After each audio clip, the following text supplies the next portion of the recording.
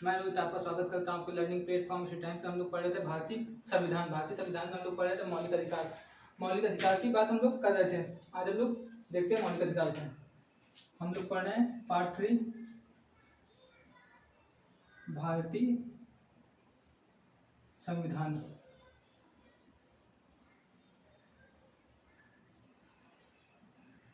भारतीय संविधान में हम लोग पढ़ रहे थे पार्ट 3 को।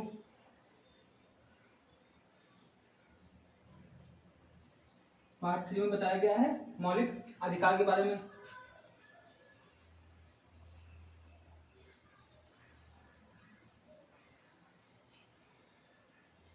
मौलिक अधिकार आर्टिकल 12 से लेके 35 में मौलिक अधिकार को बताया गया है। मौलिक अधिकार में कौन कौन से अधिकार आते हैं? 6 होते हैं। पहला होता है समानता का अधिकार,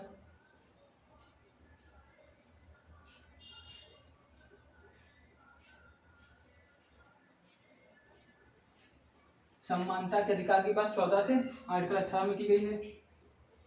आर्टिकल 14 से लेके आर्टिकल 18 में बताया गया है समानता या समता का अधिकार।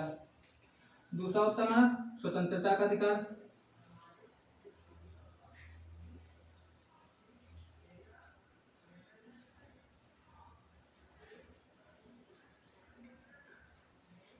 स्वतंत्रता का आर्टिकल 19 से लेकर आर्टिकल 22 में बताया गया है स्वतंत्रता के अधिकार के बारे में।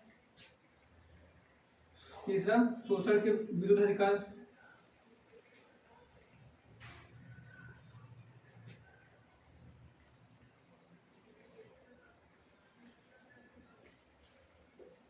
शोषण के विरुद्ध अधिकार आर्टिकल 23 और 24 में बताया गया है। आर्टिकल 23 और 24 में बताया गया है शोषण के विरुद्ध अधिकार। धार्मिक स्वतंत्रता का अधिकार, धार्मिक स्वतंत्रता का अधिकार आर्टिकल 25 से 28 में बताया गया है। आर्टिकल 25 से लेकर 28 में बताया गया है धार्मिक स्वतंत्रता के अधिकार के बारे में। उसके बाद बात करते हैं सांस्कृतिक एवं शैक्षणिक अधिकार।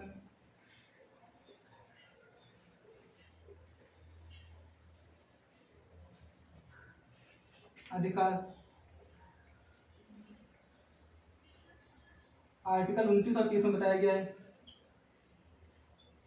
आर्टिकल 29 और 30 में बताया गया सांस्कृतिक एवं शैक्षणिक अधिकार के बारे में। उसके बाद लास्ट बचता है संवैधानिक उपचारों का अधिकार। संवैधानिक उपचारों का अधिकार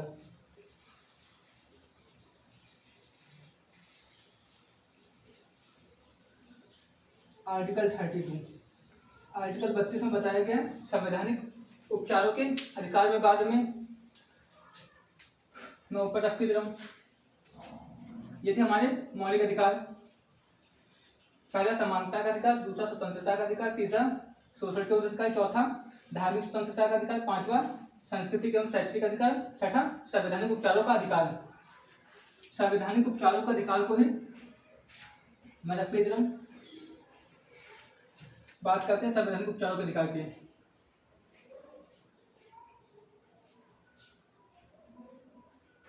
संवैधानिक उपचारों का अधिकार को आर्टिकल 32 में बताया गया है। आर्टिकल 32 में बताया गया है डॉक्टर भीमराव अम्बेडकर ने इसे संविधान की आत्मा कहा है। डॉक्टर भीमराव अम्बेडकर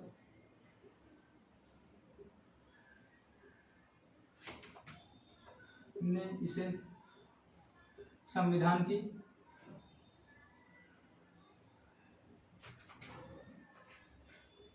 आत्मा कहा है।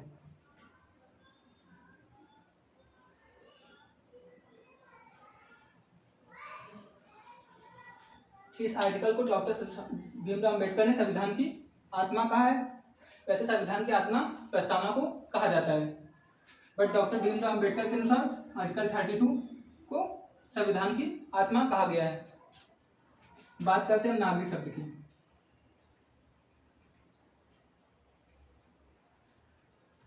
नागरिक और व्यक्ति में क्या डिफरेंस होता है? नागरिक शब्द और व्यक्ति शब्द में क्या अंतर होता है? नागरिक शब्द का प्रयोग सिर्फ भारतीयों के लिए किया जाता है। क्या बताया मैंने? नागरिक शब्द का प्रयोग सिर्फ भारतीयों के लिए किया जाता है।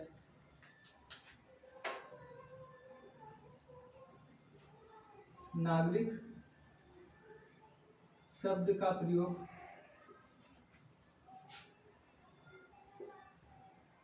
सिर्फ भारतीयों के लिए किया जाता है।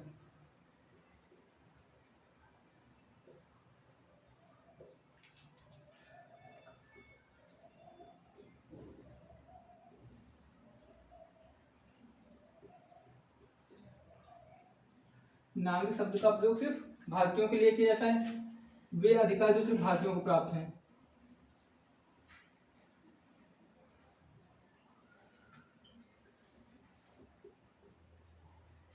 सिर्फ भारतीयों को प्राप्त हैं।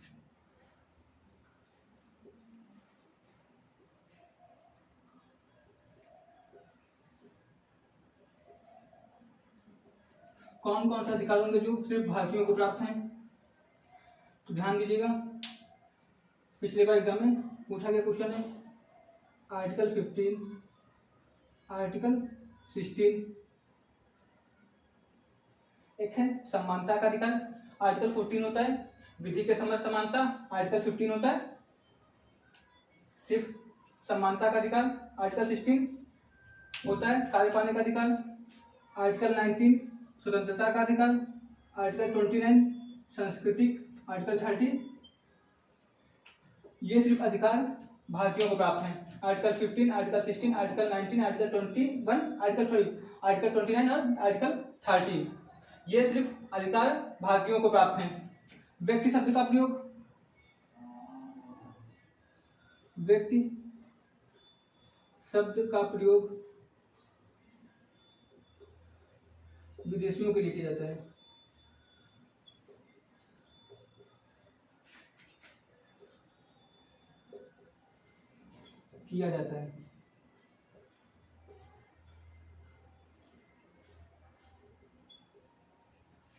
व्यक्ति शब्द का प्रयोग विदेशियों के लिए किया जाता है। विदेशियों के लिए किया जाता है। आर्टिकल 14, आर्टिकल 20, 21, 21A, 22, 23, 24, 25, 26, 27, 28 ये अधिकार व्यक्ति और नागरिक दोनों को प्राप्त हैं। नागरिक प्लस व्यक्ति दोनों को प्राप्त हैं। आर्टिकल 14, आर्टिकल 20, आर्टिकल 21, 21A, 22, 23, 24, 25, 26, 27 और 28 ये अधिकार भारतीय और विदेशी दोनों को प्राप्त हैं। But article 15, article 16, article 19, article 29 और आर्टिकल 30 ये सिर्फ भारतीयों को प्राप्त हैं। क्वेश्चन यहीं से पूछ लेता है कभी कभी एग्जाम में, इसमें से 3 ऑप्शन उठा लेगा, इसमें से एक उठा लेगा, क्वेश्चन बना देगा, या फिर इसमें से 3 उठा लेगा, इसमें से एक उठाएगा और क्वेश्चन को पुट अप कर लेगा। तो आपको पता होना चाहिए कौन से अधिकार जो सिर्फ भारतीयों को प्राप्त हैं और कौन से अधिकार भारतीय और विदेशी दोनों को प्राप्त हैं। हम लोग बात करते हैं इसके आगे, मौलिक अधिकार और वैधानिक अधिकार में क्या अंतर होता है।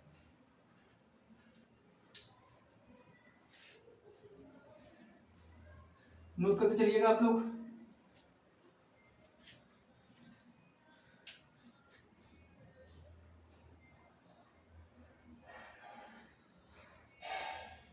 मौलिक अधिकार और वैधानिक अधिकार में क्या डिफरेंस होता है।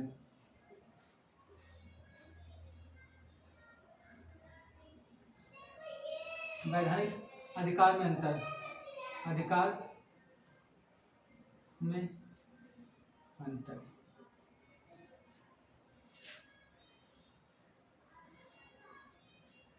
मौलिक अधिकार और वैधानिक अधिकार में क्या अंतर होता है? एक तब लिखते हैं मौलिक अधिकार,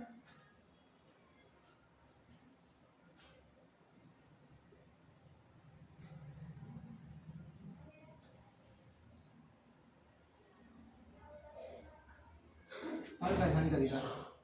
वैधानिक अधिकार, मौलिक अधिकार और वैधानिक अधिकार।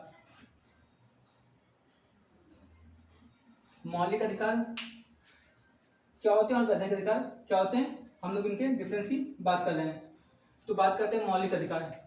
मौलिक अधिकार से वंचित किए जाने पर आप सीधे सर्वोच्च न्यायालय की शरण ले सकते हैं। तो पहला क्या हो जाएगा, मौलिक अधिकार। मौलिक अधिकार से वंचित किए जाने पर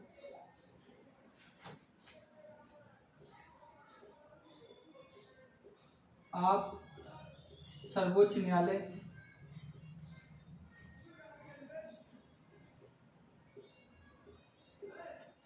की शरण ले सकते हैं।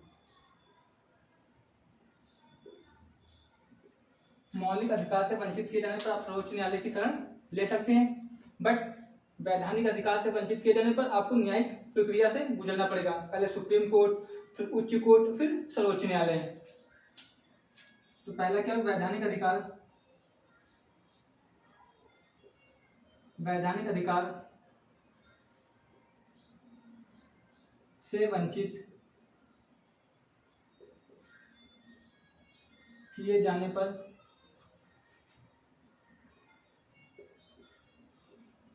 आपको न्यायिक प्रक्रिया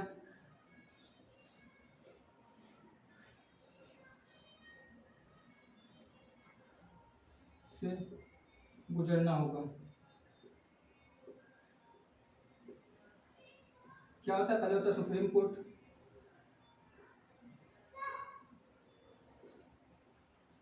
उच्च कोर्ट, उच्च कोर्ट या हाई कोर्ट होता है, उसके बाद सर्वोच्च न्यायालय।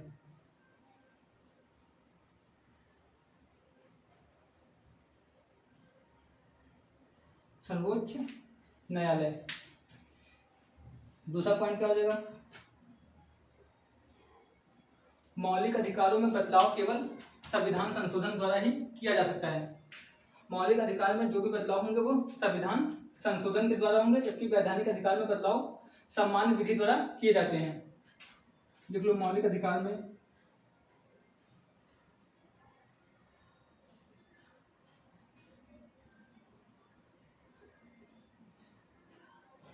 बदलाव संविधान संशोधन द्वारा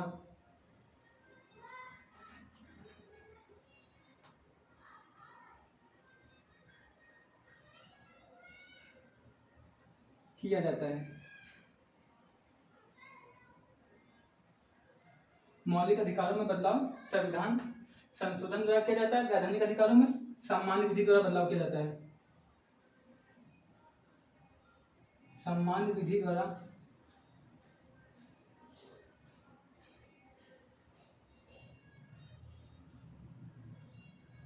बदलाव किया जाता है।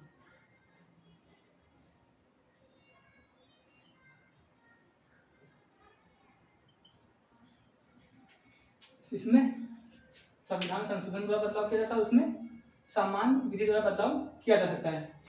मौलिक अधिकार कार्यपालिका और विधायिका दोनों को सुरक्षा प्रदान करते हैं, जबकि वैधानिक अधिकार सिर्फ कार्यपालिका को सुरक्षा प्रदान करते हैं।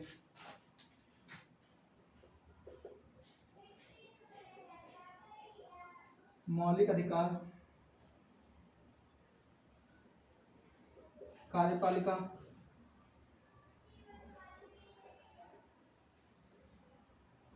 और विधायिका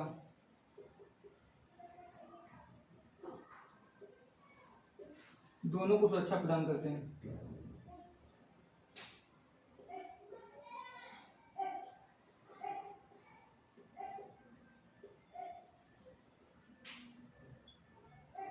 मौलिक अधिकार कार्यपालिका और विधायिका दोनों को सुरक्षा प्रदान करते हैं, जबकि वैधानिक अधिकार केवल कार्यपालिका को सुरक्षा प्रदान करते हैं।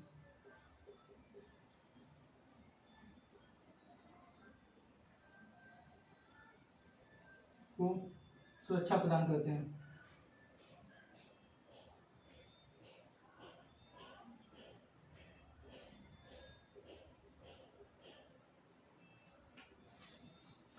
मौलिक अधिकारों को संविधान द्वारा सुरक्षित किया गया है।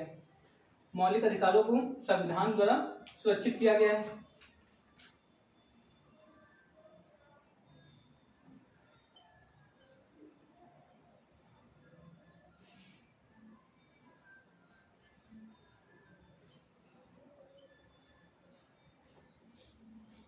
संविधान द्वारा सुरक्षित किया गया है।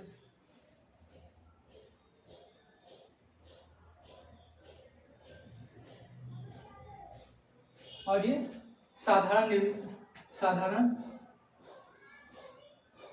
निर्मित होते हैं।